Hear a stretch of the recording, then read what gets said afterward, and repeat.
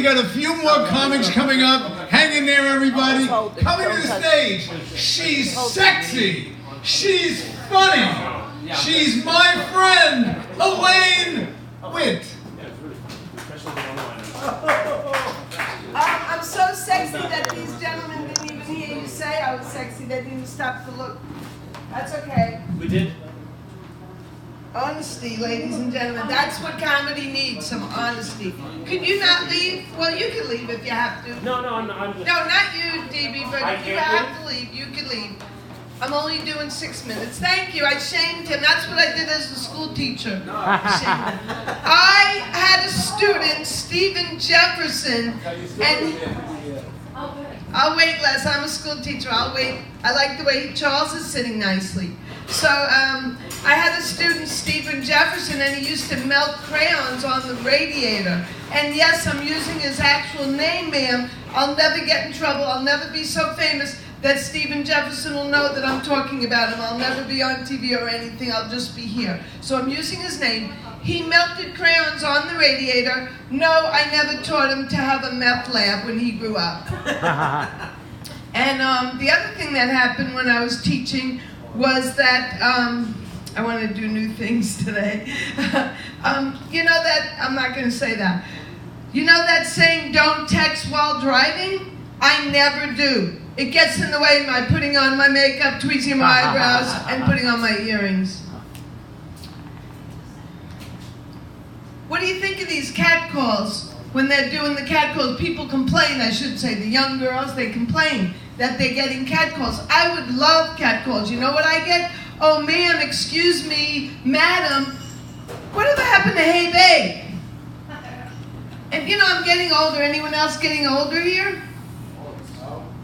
You're getting older, sir? You know, the young girls today, like this young lady and this young lady, you know, you complain about like getting the, you know, once a month, you have the cramps, you can't wait for the change, right? So then the change comes along, and then you have the mood swings. You know what I say to you, young ladies? Menstruation, menopause, those were the good old days. The cuckoo on my biological clock is wearing Depends. You heard of the information age? I'm headed for the inflammation age. I'm losing my hair, but I know where it's going.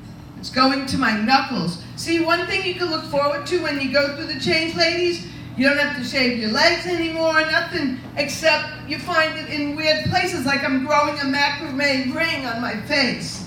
Things happen when you get older. I hate to use notes, but,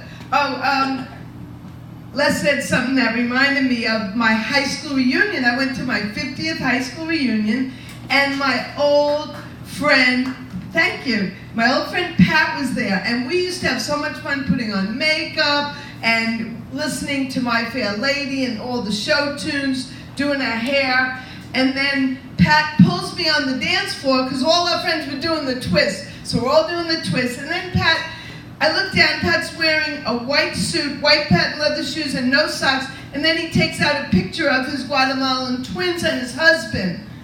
It all started to make sense. When we were playing 7 Minutes in Heaven in my parents' bedroom, he redecorated my mother's closet. Did you think Pat was going to be a girl? That's the idea of that joke. I'm letting you in on backstage information.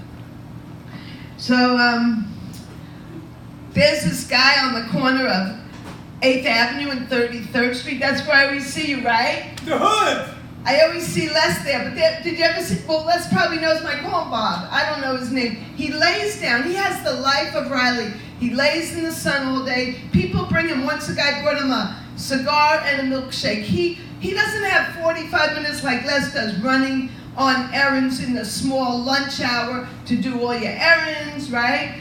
Make a phone call to your wife. Well, I'm imagining your lunch break. Not him, he lays there all day. And you know what kills me about Bob? I call him Bob, like I told you. Bob could eat anything he wants in Penn Station out of the garbage can or anything. And like, what was I thinking having to go to 14 doctors, including the vet? I go to 14 doctors, ma'am. You don't know me, but I do. And I take 16 vitamins and pills from the doctor.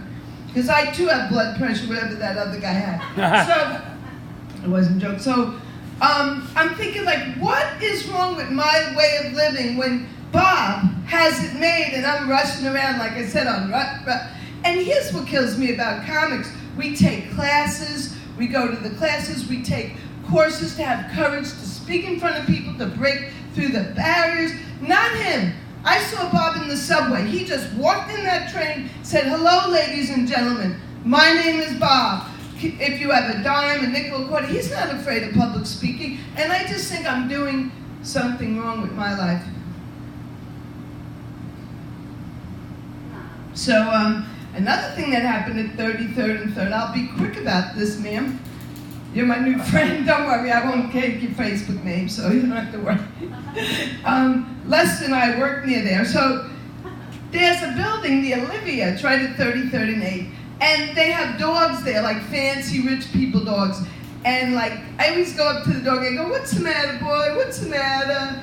Then I get carried away, I go down to the E train at 34th Street, and I'm in the train and I see this guy, I go, what's the matter, scientific American professor, what's the matter? And then I just can't stop, I go up to this, I see the guy, I go, what's the matter, you can't wear jeans rolled up at the cuff, you got the beard and all, but you can't go live like a hipster in Brooklyn. Well, thank you very much. All right. Very good. Yeah. Thanks for staying. Helaine Witt, everyone, come on, let me hear it, Helaine Witt.